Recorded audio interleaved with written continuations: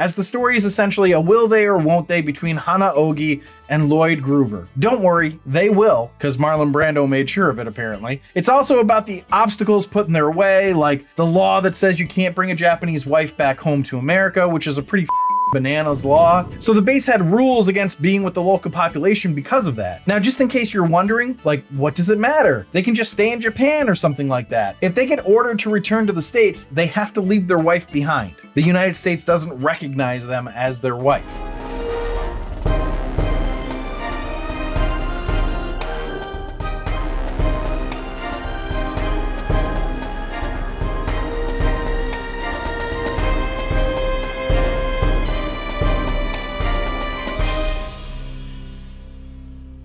Welcome back to The Rank. I'm John. Today we're going to be continuing to rank all the Best Picture nominees ever, and we'll find out what the best movie for each year and all time are. Now, for those of you who are new to the show, the agenda for the episode is I go over some facts and tidbits I found out about the film that I call the Potent Notables. Then I'll do the movie overview, which is as described, an overview of the movie, and then we'll finish up with the rank, where I rank the movie in 10 categories on a scale of 1 to 10, 1 being the worst, 10 being the best. And today I'll be continuing the 1957 nominees, with the next one being Sayonara, the 1957 Best Picture nominee starring Marlon Brando and, according to the poster, an exquisite new Japanese star. Even though the poster doesn't give her name, I will. It's Miiko Taka. With a screenplay written by Paul Osborne that was adapted from the novel by James A. Michener and directed by Joshua Logan, it was nominated for 10 Academy Awards and won 4. It was nominated for Best Film Editing, Best Cinematography, Best Adapted Screenplay, Best Actor for Marlon Brando, Best Director, and of course, Best Picture. The categories it won were Best Art/Set Direction, Best Sound, Best Supporting Actor for Red Buttons, and Best Supporting Actress for Miyoshi Umeki. And just so you know, there probably will be spoilers ahead, so consider yourself warned, I guess. But it is, a 70-year-old movie. Now, if you're enjoying these rankings and want to find out what will be the best movie ever nominated for Best Picture or even the best of each year, please subscribe and or follow. Please put any of your questions, comments, suggestions into the comments, or you can email them to me at info@therankpodcast.com. I will respond to them. You can also let me know what year you'd like me to do next. And if you super duper like it, consider becoming a patron on our Patreon site at patreon.com/therankpodcast. Now, so far, 1957 has been a good year, with 12 Angry Men sitting on top with a 91.5, which is absolute masterpiece. The Bridge on the River Kwai below it at an 86.75, which is supreme cinema. And then Peyton Place at 83.25, which is, I'd watch it again. And the Academy got it wrong again, but will 12 Angry Men remain on top? Let's find out how Sayonara ranks among the all-time and for its year, starting with the Potent Notables. Potent Notables.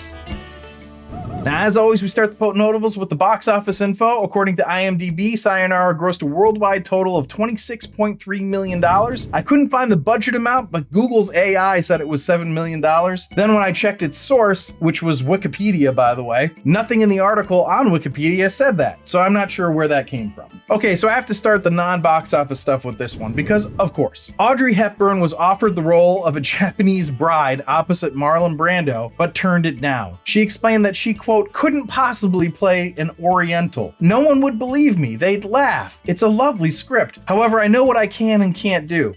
And if you did persuade me, you would regret it, because I would be terrible, end quote. That's a good choice, Audrey. It's a good choice. Now, Marlon Brando insisted on playing Ace Groover with a Southern accent, against the will of the director and producers. Brando adopted a nondescript Southern accent for Groover, despite the objections of Joshua Logan, the director, who didn't think that a general's son who was West Point educated would speak that way. Now, according to Truman Capote, Logan later told him, quote, "I've never worked with such an exciting, inventive actor. So pliable. He takes direction beautifully, and yet he always has something to add. He's made up this Southern accent for the part. I never would have thought of it myself, but, well, it's exactly right. It's perfection." I feel like Truman might have made that shit up, because it was not perfection. Just saying. Don't want to give away my ranking here, but that accent was not top marks. So let's go to the next Potent Notable, which is, in 1956, more than 10,000 American servicemen had defied regulations and married Japanese women, as indeed had the novel's author, James A. Michener. Now, I've seen a couple conflicting reports about the role of Lloyd Groover. So one site said that Marlon Brando wasn't the first choice, but it was actually Rock Hudson. But Rock chose to make a farewell to arms instead. Then another site said that Joshua Logan said that Marlon was always the first choice, but he turned it down, so they offered it to Rock Hudson. Then another site said that William Holden was was originally picked to play this role, but he left the project to film The Bridge on the River Kwai. But what they all agree on is that Brando agreed to do the movie if they changed the ending so that the two lovers got married instead of the American leaving. Although the film was shot extensively in Japan and showcased the country and its traditional settings accurately, the scene at the Officers Club was in fact shot at the famous Yamashiro restaurant set on a hilltop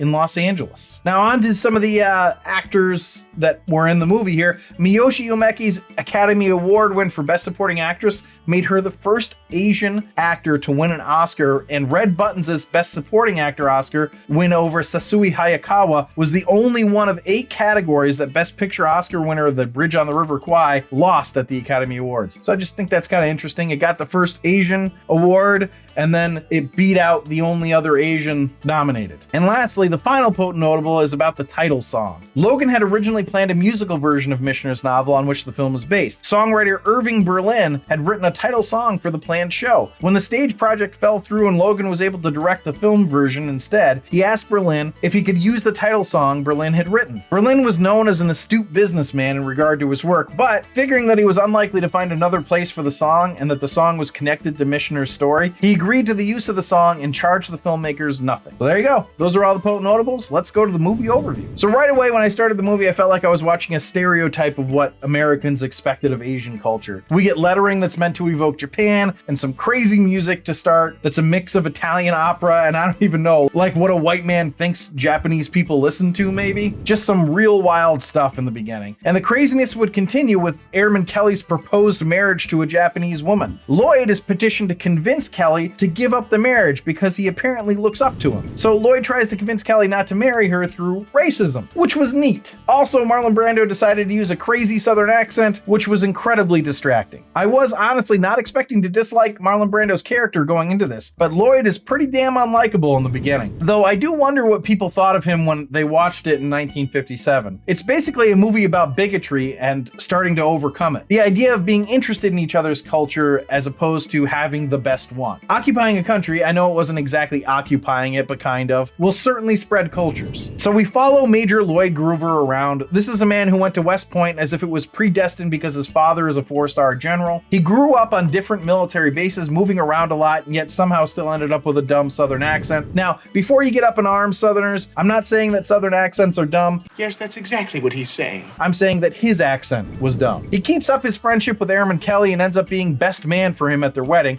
I'm not really sure why Kelly would have asked him or why Groover would have accepted considering how he talked about it earlier, but whatever, it's what happened. Groover's got a fiance whose only purpose in the movie is to show him that he's not living his life with any passion or for himself. How does she serve this purpose? By simply being there and saying it to him. Then we're basically done with her. She shows up again here and there, but they're basically throwaway scenes so that we can have a white woman show up. But his desire to stay away from Eileen, his fiance, coupled with the apparent doldrums of living on that base, gives way to him going off to see Japanese culture. And of course, ogle Japanese girls. You know, the ones he said were gross and slant-eyed earlier. Yep, inexplicably, he's suddenly attracted to them now. Some captain we meet near the beginning trying to get a Japanese girl into the officers club is how Lloyd is going to get introduced to the seductions of the Japanese woman. He takes him to see the Matsubashi, which is a troupe of celibate female dancers, I guess, and Lloyd falls for the top one and basically stalks her till she agrees to meet with him. When she finally does, she professes her love for him in the first word she's ever spoken to him. So, you know, realism. During this, we get an allusion to Lloyd apologizing for his bigotry, but not much more than that. I found it troubling that we never get anyone saying they're wrong for their bigotry, just we're supposed to infer that they feel that way because they're in love. But the problem is you can still want to be with somebody and think they're inferior. Now, he does make a crack about the great white race that I enjoyed, but I feel like it should have been more effusive. Anyway, we've got star-crossed lovers, and poor Kelly's story is going to be pretty tragic. I really liked Kelly throughout until they have a scene where he's threatening to kill Katsumi, his wife, and sort of throwing her around because she was going to get surgery to make her eyes look more like a white person's. The sentiment is nice. He loves her how she is, but you know, maybe don't threaten to kill her and throw her around for it. But don't worry, the good major is going to calm things down by asking her, don't you want to be a good wife? Basically, be good and do as your husband says. You know, it came out in 1957, I get it, but it's a little jarring to watch now. But But this is besides the point, as the story is essentially a will they or won't they between Hana Ogi and Lloyd Groover. Don't worry, they will, because Marlon Brando made sure of it apparently. It's also about the obstacles put in their way, like the law that says you can't bring a Japanese wife back home to America, which is a pretty fucking bananas law. So the base had rules against being with the local population because of that. Now, just in case you're wondering, like, what does it matter? They can just stay in Japan or something like that. If they get ordered to return to the States, they have to leave their wife behind.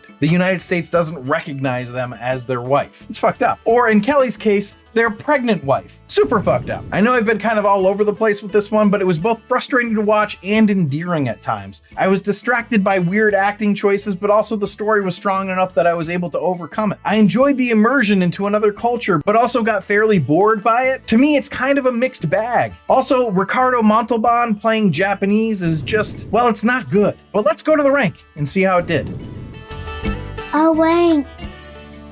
So the rank is where I rank the movie based on 10 categories: story, acting, originality, film coherence, cinematography, score/soundtrack/sound, script structure and dialogue, character relatability, production value, and my rank. I rank it on a scale of 1 to 10, 1 being the worst, 10 being the best. And before I dive into the rankings, I just want to say if you're enjoying this episode, please leave a like. It really does help us out. Anyway, on to the first category, which is story, which I gave a 9. I really liked the story, even though they took too long to tell it. It's a love story, probably one that's themes are as old as time. The seemingly forbidden love because of arbitrary bigoted rules or laws. Will our erstwhile lovers overcome it? What's not to like in a story like that? All right, so let's go to acting, which I gave a 6.5. I know, it's Brando. But I thought his choice to play this with some weird southern accent was ridiculous. He often sounded like an uneducated hick. There's no way a West Point officer who is the son of a 4-star general who moved him around from base to base would sound like that. Now, maybe I'm wrong, but it was distracting at the least. Everything just felt like he was sort of going through the motions too. Everyone else was fine, but it did often feel like it was unnatural. So let's go to originality, which I gave an 8.25. I'd be willing to bet this was the first movie that dealt with Asian and American relationships and the problem with having laws against them. I wouldn't say it was ahead of its time, probably more like right on time, but still original. So let's go to film coherence, which I gave a 6. First off, it was too freaking long. There are other nitpicky things like Marilyn Monroe wouldn't have been popular in 1951, and there are some inaccuracies with military life. Like there's no way that a major from West Point would wear his cap the way that Lloyd does, and he certainly wouldn't leave it on inside. Additionally, their half-assed salutes wouldn't have flown either. Or why did Kelly ask Groover to be his best man, and why did Groover accept? I mean, he tells Kelly about her being a slant eye and how nobody will accept them. Then Kelly is like, wanna be my best man? But the biggest one to me, besides the too long portion, is what is the point of Eileen? I mean, Eileen gives Groover his first introduction to Japanese culture when she takes him to see an Hispanic man playing a Japanese man playing a Japanese woman, because Ricardo Montalban played a kabuki actor, in case that was hard to follow. So I guess there's that too, but I just feel like he could have gone to see Japanese culture out of sheer interest, which he basically does. The whole general's daughter subplot felt like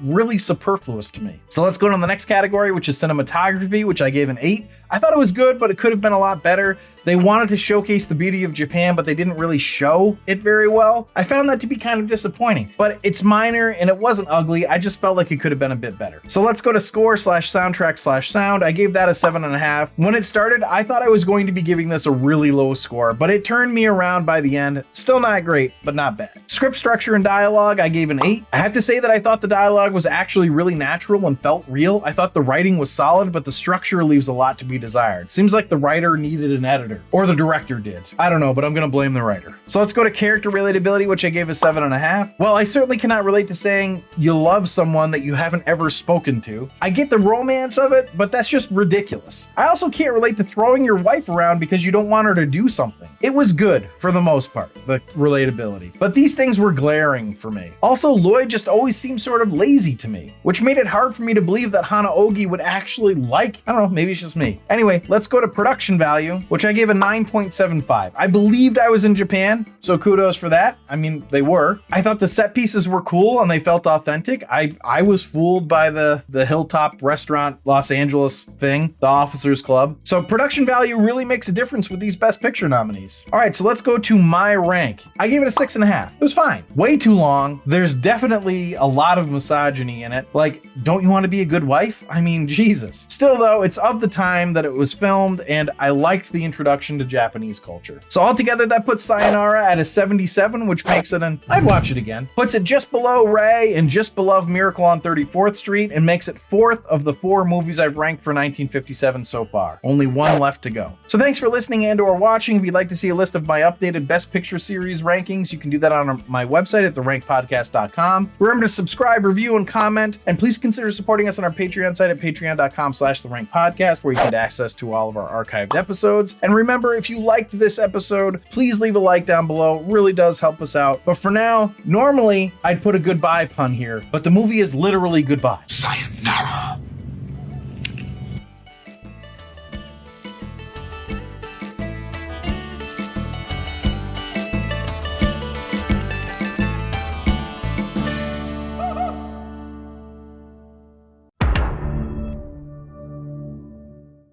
And lastly, the final He does this from time to time.